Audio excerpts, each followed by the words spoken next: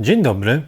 Dzisiaj jestem przy frezarce dolnowrzecionowej i pokażę Wam, czego nie robić, czego unikać, jeśli chcecie mieć całą, szczególnie chyba prawą dłoń.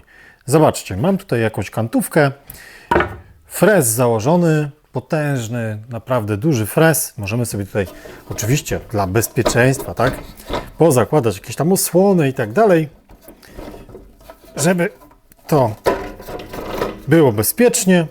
No i zaczynamy sobie frezować. I teraz tak, generalnie można powiedzieć, że 90, nie wiem ile, ale 90 powiedzmy 5 albo 99% pracy wykonujemy sposobem, czyli maszyna ma wciągnąć materiał, maszyna go ma wyciągnąć z frezu, ale są początki, tak?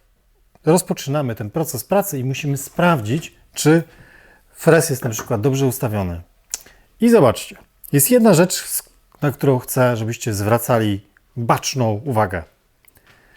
Wkładamy materiał, oczywiście tak, leży tutaj, jest przyciśnięty do przykładnicy, wszystko jest poblokowane, to jest ok, i wkładamy w frez. I teraz zobaczcie, jeśli trzymam tak, jest wszystko ok, ale jeśli dałbym rękę tutaj z tyłu, totalna pomyłka. Tak absolutnie nie róbcie. Dlaczego? Zobaczcie, trzymam w ten sposób i teraz wchodzę do głowicy. Jeśli cokolwiek by się przydarzyło, że frez odbije nam materiał, to spod moich rąk to po prostu wystrzeli w prawą stronę. I uwierzcie mi, że to potrafi zrobić z bardzo dużą siłą.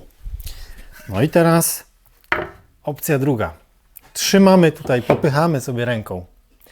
Jak to nam przywali tutaj, to prawa ręka jest praktycznie rozwalona. Uwierzcie mi, że tak będzie. I w bardzo podobny sposób, to jeszcze przejdziemy, słuchajcie, na grubościówkę na sekundkę, ponieważ tam też w podobny sposób można byłoby to zilustrować. No i dobra, jesteśmy przy grubościówce. Przy takiej kantówce nie ma problemu. Słuchajcie, tutaj nawet jeśli będziemy trzymać w ten sposób, mamy tutaj takie zapadki przeciwodrzutowe, które wychwytują materiał. No i zobaczcie, już nawet teraz nie jestem w stanie tego wyciągnąć, ponieważ to się zaczyna klinować. Dobra, to idzie tylko w jedną stronę. Ale jeśli mamy cieńszy materiał, mi się to przytrafiło przy materiale bodajże 4 mm, wtedy obracający się wał potrafi poderwać czubek materiału i nóż uderzy w ten czubek i, czekajcie, wysunę to, i wtedy ten materiał będzie spróbował wyskakiwać. On również wyskoczy tylko kawałek i te zapadki go chwycą, ale to ten kawałek to Wam pięknie może zorać tutaj Wasze dłonie. Więc chwytamy z boku, a nie chwytamy z tyłu. I to wszystko na dzisiaj. Pamiętajcie, rączki mamy tylko 2. Chroncie je i myślcie, szczególnie wtedy, kiedy wkładacie materiał do maszyny. Na razie, cześć.